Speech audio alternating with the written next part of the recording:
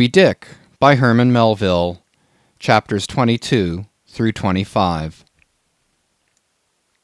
Chapter 22. Merry Christmas. At length, towards noon, upon the final dismissal of the ship's riggers, and after the Pequod had been hauled out from the wharf, and after the ever-thoughtful Charity had come off in a whaleboat, with her last gift, a nightcap for Stubb, the second mate, her brother-in-law, and a spare Bible for the steward. After all this, the two captains, Peleg and Bildad, issued from the cabin, and turning to the chief mate, Peleg said, "Now, Mr. Starbuck, are you sure everything is all right? Captain Ahab is all ready. Just spoke to him. Nothing more to be got from shore, eh? Well, call all hands, then. Muster 'em aft here, blast 'em."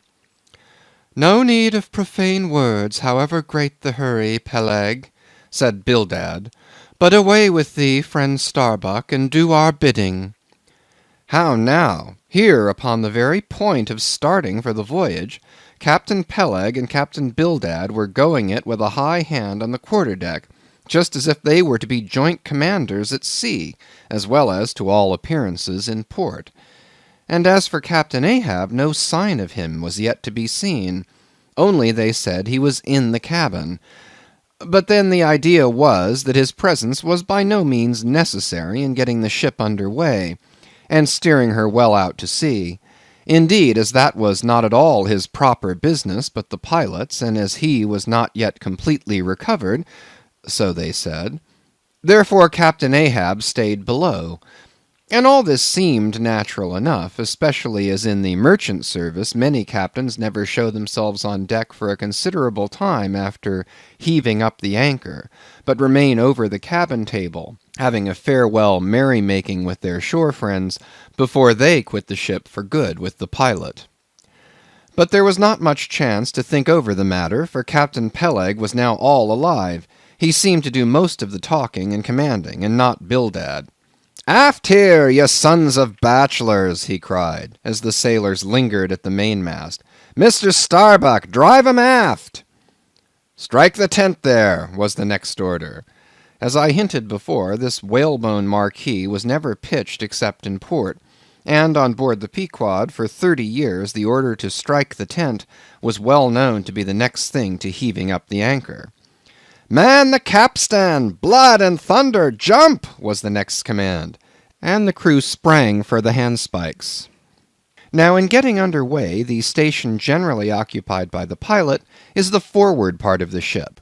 And here Bildad, who, with Peleg, be it known, in addition to his other officers, was one of the licensed pilots of the port, he being suspected to have got himself made a pilot in order to save the Nantucket pilot fee to all the ships he was concerned in, for he never piloted any other craft, Bildad, I say, might now be seen actively engaged in looking over the bows for the approaching anchor, and at intervals singing what seemed a dismal stave of psalmody to cheer the hands at the windlass, who roared forth some sort of chorus about the girls in Booble Alley, with a hearty good will. Nevertheless, not 3 days previous, Bildad had told them that no profane songs would be allowed on board the Pequod, particularly in getting under way, and Charity, his sister, had placed a small, choice copy of Watts in each seaman's berth. Meantime, overseeing the other part of the ship, Captain Peleg ripped and swore astern in the most frightful manner. I almost thought he would sink the ship before the anchor could be got up. Involuntarily I paused on my handspike and told Queequeg to do the same, thinking of the perils we both ran in starting on the voyage with such a devil for a pilot. I was comforting myself, however, with the thought that in pious Bildad might be found some salvation, spite of his 777th lay, when I felt a sudden sharp poke in my rear, and, turning round, was horrified at the apparition of Captain Peleg in the act of withdrawing his leg from my immediate vicinity. That was my first kick. "Is that the way they heave in the merchant service?" he roared. "Spring, thou sheephead, spring, and break thy backbone. Why don't you spring, I say, all of ye? Spring! Quohog! Spring, thou chap with the red whiskers, spring there, Scotch cap, Spring, thou green pants! Spring, I say, all of ye, and spring your eyes out!" And so saying, he moved along the windlass, here and there using his leg very freely, while imperturbable Bildad kept leading off with his psalmody. Thinks I, Captain Peleg must have been drinking something today. At last the anchor was up, the sails were set, and off we glided. It was a short, cold Christmas, and as the short northern day merged into night, we found ourselves almost broad upon the wintry ocean, whose freezing spray cased us in ice as in polished armour. The long rows of teeth on the bulwarks glistened in the moonlight, and like the white ivory tusks of some huge elephant, vast curving icicles depended from the bows. Lank Bildad, as pilot, headed the first watch, and ever and anon, as the old craft deep-dived into the green seas, and sent the shivering frost all over her, and the winds howled, and the cordage rang, his steady notes were heard.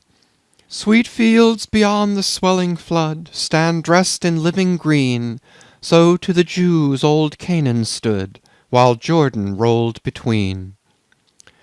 Never did those sweet words sound more sweetly to me than then. They were full of hope and fruition. Spite of this frigid winter night in the boisterous Atlantic, spite of my wet feet and wetter jacket, there was yet, it then seemed to me, many a pleasant haven in store, and meads and glades so eternally vernal that the grass shot up by the spring, untrodden, unwilted, remains at midsummer. At last we gained such an offing that the two pilots were needed no longer. The stout sailboat that had accompanied us began ranging alongside. It was curious and not unpleasing how Peleg and Bildad were affected at this juncture, especially Captain Bildad.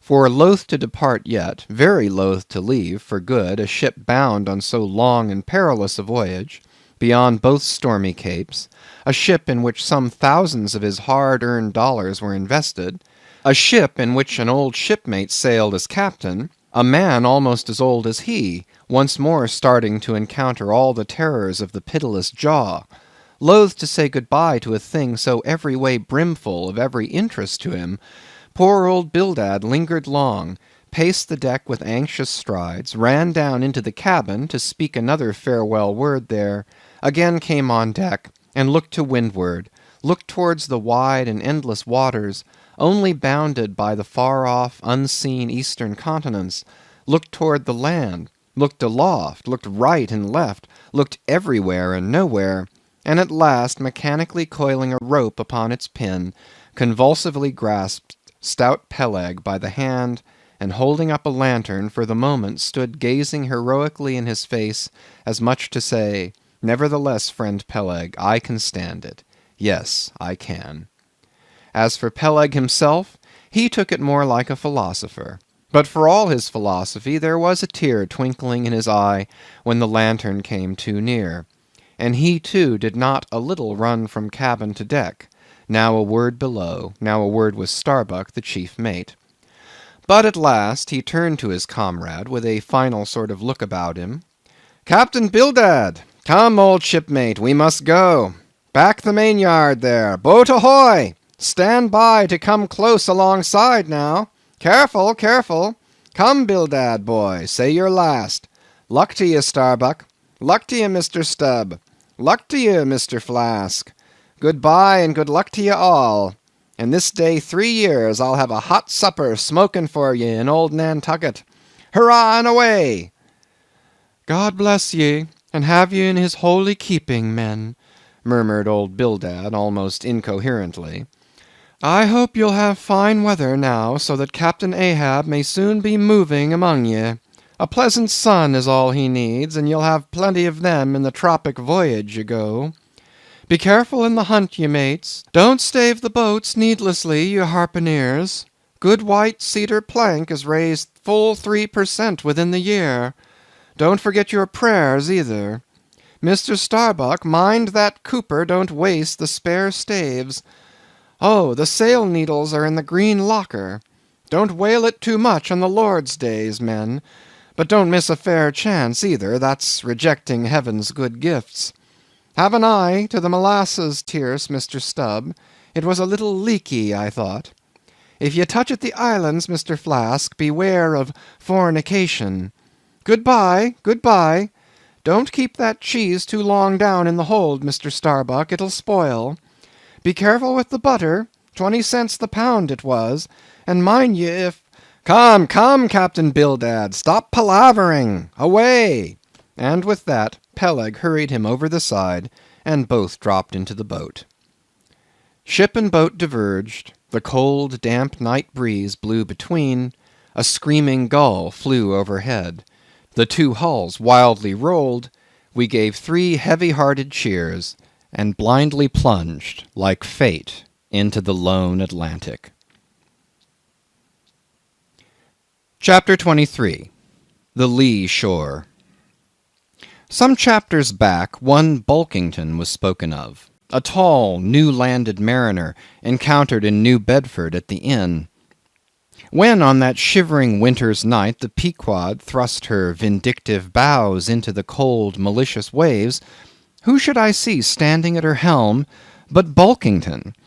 I looked with sympathetic awe and fearfulness upon the man, who in midwinter just landed from a 4 years' dangerous voyage, could so unrestingly push off again for still another tempestuous term. The land seemed scorching to his feet. Wonderfulest things are ever the unmentionable. Deep memories yield no epitaphs. This 6-inch chapter is the stoneless grave of Bulkington. Let me only say that it fared with him as with the storm-tossed ship that miserably drives along the lured land. The port would fain give succor. The port is pitiful. In the port is safety, comfort, hearthstone, supper, warm blankets, friends, all that's kind to our mortalities. But in that gale, the port, the land, is that ship's direst jeopardy. She must fly all hospitality. One touch of land, though it but graze the keel, would make her shudder through and through. With all her might she crowds all sail offshore. In so doing, fights against the very winds that fain would blow her homeward, seeks all the lashed sea's landlessness again, for refuge's sake forlornly rushing into peril, her only friend, her bitterest foe. Know ye now, Bulkington? Glimpses do you seem to see of that mortally intolerable truth, that all deep, earnest thinking is but the intrepid effort of the soul to keep the open independence of her sea, while the wildest winds of heaven and earth conspire to cast her on the treacherous, slavish shore? But as in landlessness alone resides highest truth, shoreless, indefinite as God, so better it is to perish in that howling infinite than be ingloriously dashed upon the lee, even if that were safety. For worm-like then, oh, who would craven crawl to land? Terrors of the terrible. Is all this agony so vain? Take heart, O Bulkington. Bear thee grimly, demigod. Up from the spray of thy ocean perishing, straight up leaps thy apotheosis. Chapter 24. The Advocate. As Queequeg and I are now fairly embarked in this business of whaling, and as this business of whaling has somehow come to be regarded among landsmen as a rather unpoetical and disreputable pursuit, therefore I am all anxiety to convince you, ye landsmen, of the injustice hereby done to us hunters of whales. In the first place, it may be deemed almost superfluous to establish the fact that among people at large the business of whaling is not accounted on a level with what are called the liberal professions. If a stranger were introduced into any miscellaneous metropolitan society, it would but slightly advance the general opinion of his merits were he presented to the company as a harpooneer, say. And if in emulation of the naval officers he should append the initials S.W.F., sperm whale fishery, to his visiting card, such a procedure would be deemed preeminently presuming and ridiculous. Doubtless one leading reason why the world declines honoring us whalemen is this. They think that at best our vocation amounts to a butchering sort of business, and that when actively engaged therein we are surrounded by all manner of defilements. Butchers we are, that is true. But butchers also, and butchers of the bloodiest badge, have been all the martial commanders whom the world invariably delights to honor. And as for the matter of the alleged uncleanliness of our business, you shall soon be initiated into certain facts hitherto pretty generally unknown, and which, upon the whole, will triumphantly plant the sperm whale ship at least among the cleanliest things of this tidy earth. But even granting the charge in question to be true, what disordered slippery decks of a whale ship are comparable to the unspeakable carrion of those battlefields from which so many soldiers return to drink in all ladies' plaudits? And if the idea of peril so much enhances the popular conceit of the soldier's profession, let me assure you that many a veteran who has freely marched up to a battery would quickly recoil at the apparition of the sperm whale's vast tail, fanning into eddies the air over his head. For what are the comprehensible terrors of man compared with the interlinked terrors and wonders of God? But though the world scouts at us whale hunters, yet does it unwittingly pay us the profoundest homage, yea, an all abounding adoration. For almost all the tapers, lamps, and candles that burn round the globe, burn, as before so many shrines, to our glory. But look at this matter in other lights. Weigh it in all sorts of scales. See what we whalemen are, and have been. Why did the Dutch in De Witt's time have admirals of their whaling fleets? Why did Louis XVI of France, at his own personal expense, fit out whaling ships from Dunkirk, and politely invite to that town some score or two of families from our own island of Nantucket? Why did Britain, between the years 1750 and 1788, pay her whalemen in bounties of upwards of £1,000,000? And lastly, how comes it that we whalemen of America now outnumber all the rest of the banded whalemen in the world, sail a navy of upwards of 700 vessels, manned by 18,000 men, yearly consuming $4,000,000 of dollars, the ship's worth at the time of sailing $20,000,000, and every year importing into our harbors a well-reaped harvest of $7,000,000? How comes all this if there be not something puissant in whaling? But this is not the half. Look again. I freely assert that the cosmopolite philosopher cannot, for his life, point out one single peaceful influence which within the last 60 years has operated more potentially upon the whole broad world, taken in one aggregate, than the high and mighty business of whaling. One way and another, it has begotten events so remarkable in themselves, and so continuously momentous in their sequential issues, that whaling may well be regarded as that Egyptian mother who bore offspring themselves pregnant from her womb. It would be a hopeless, endless task to catalogue all these things. Let a handful suffice. For many years past the whale ship has been the pioneer in ferreting out the remotest and least known parts of the earth. She has explored seas and archipelagos which had no chart, where no Cook or Vancouver had ever sailed. If American and European men of war now peacefully ride in once savage harbors, let them fire salutes to the honor and glory of the whale ship, which originally showed them the way, and first interpreted between them and the savages. They may celebrate as they will the heroes of exploring expeditions, your Cooks, your Krusensterns, but I say that scores of anonymous captains have sailed out of Nantucket that were as great and greater than your Cook and your Krusenstern. For in their succourless empty-handedness, they, in the heathenish sharked waters and by the beaches of unrecorded javelin islands, battled with virgin wonders and terrors that Cook with all his marines and muskets would not willingly have dared. All that is made such a flourish of in old South Sea voyages, those things were but the lifetime commonplaces of our heroic Nantucketers. Often adventures which Vancouver dedicates 3 chapters to, these men accounted unworthy of being set down in the ship's common log. Ah, the world! Oh, the world! Until the whale fishery rounded Cape Horn, no commerce but colonial, scarcely any intercourse but colonial, was carried on between Europe and the long line of the opulent Spanish provinces on the Pacific coast. It was the whalemen who first broke through the jealous policy of the Spanish crown touching those colonies, and, if space permitted, it might be distinctly shown how from those whalemen at last eventuated the liberation of Peru, Chile, and Bolivia from the yoke of old Spain, and the establishment of eternal democracy in those parts. That great America on the other side of the sphere, Australia, was given to the enlightened world by the whalemen. After its first blunder-born discovery by a Dutchman, all other ships long shunned those shores as pestiferously barbarous, but the whale ship touched there. The whale ship is the true mother of that now mighty colony.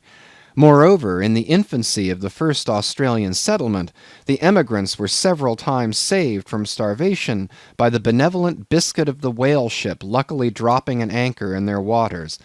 The uncounted isles of all Polynesia confess the same truth, and do commercial homage to the whale ship that cleared the way for the missionary and the merchant, and in many cases carried the primitive missionaries to their first destinations.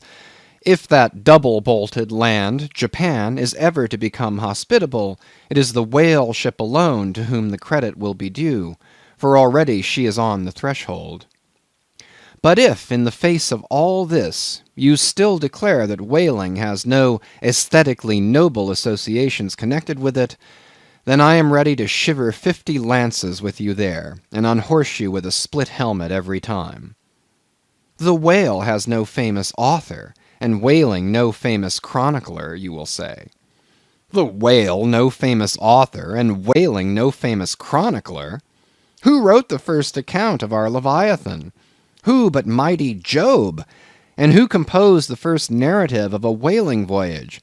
Who but no less a prince than Alfred the Great, who with his own royal pen took down the words from Other, the Norwegian whale hunter of those times? And who pronounced our glowing eulogy in Parliament? Who but Edmund Burke? True enough, but then whalemen themselves are poor devils. They have no good blood in their veins. No good blood in their veins? They have something better than royal blood there. The grandmother of Benjamin Franklin was Mary Morrell, afterwards by marriage Mary Folger, one of the old settlers of Nantucket, and the ancestress to a long line of Folgers and harpooneers, all kith and kin to the noble Benjamin, to this day darting the barbed iron from one side of the world to the other. Good again, but then all confess that somehow whaling is not respectable. Whaling not respectable? Whaling is imperial. By the old English statutory law, the whale is declared a royal fish. Oh, that's only nominal. The whale himself has never figured in any grand, imposing way. The whale never figured in any grand, imposing way? In one of the mighty triumphs given to a Roman general upon his entering the world's capital, the bones of a whale, brought all the way from the Syrian coast, were the most conspicuous object in the symboled procession. Footnote. See subsequent chapters for something more on this head. End of footnote. Grant it, since you cite it, but say what you will, there is no real dignity in whaling. No dignity in whaling! The dignity of our calling the very heavens attest. Cetus is a constellation in the south. No more, drive down your hat in the presence of the Tsar and take it off to Queequeg. No more, I know a man that in his lifetime has taken 350 whales. I account that man more honorable than that great captain of antiquity who boasted of taking as many walled towns. And as for me, if by any possibility there be any as yet undiscovered prime thing in me, if I shall ever deserve any real repute in that small but high hushed world which I might not be unreasonably ambitious of, if hereafter I shall do anything that, upon the whole, a man might rather have done than to have left undone, if at my death my executors, or more properly my creditors, find any precious manuscripts in my desk, then here I prospectively ascribe all the honor and the glory to whaling, for a whale ship was my Yale College and my Harvard. Chapter 25. Postscript. In behalf of the dignity of whaling, I would fain advance not but substantiated facts, but after embattling his facts, an advocate who should wholly suppress a not unreasonable surmise, which might tell eloquently upon his case, such an advocate, would he not be blameworthy? It is well known that at the coronation of kings and queens, even modern ones, a certain curious process of seasoning them for their functions is gone through. There is a salt cellar of state, so called, and there may be a caster of state. How they use the salt precisely, who knows? Certain I am, however, that a king's head is solemnly oiled at his coronation, even as a head of salad. Can it be, though, that they anoint it with a view of making his interior run well as they anoint machinery? Much might be ruminated here concerning the essential dignity of this regal process, because in common life we esteem but meanly and contemptibly a fellow who anoints his hair and palpably smells of that anointing. In truth, a mature man who uses hair oil, unless medicinally, that man has probably got a quaggy spot in him somewhere. As a general rule, he can't amount to much in his totality. But the only thing to be considered here is this: what kind of oil is used at coronation? Certainly it cannot be olive oil, or macassar oil, nor castor oil, nor bear's oil, nor train oil, nor cod liver oil. What then can it possibly be but sperm oil in its unmanufactured, unpolluted state, the sweetest of all oils? Think of that, ye loyal Britons! We whalemen supply your kings and queens with coronation stuff. End of chapters 22 to 25.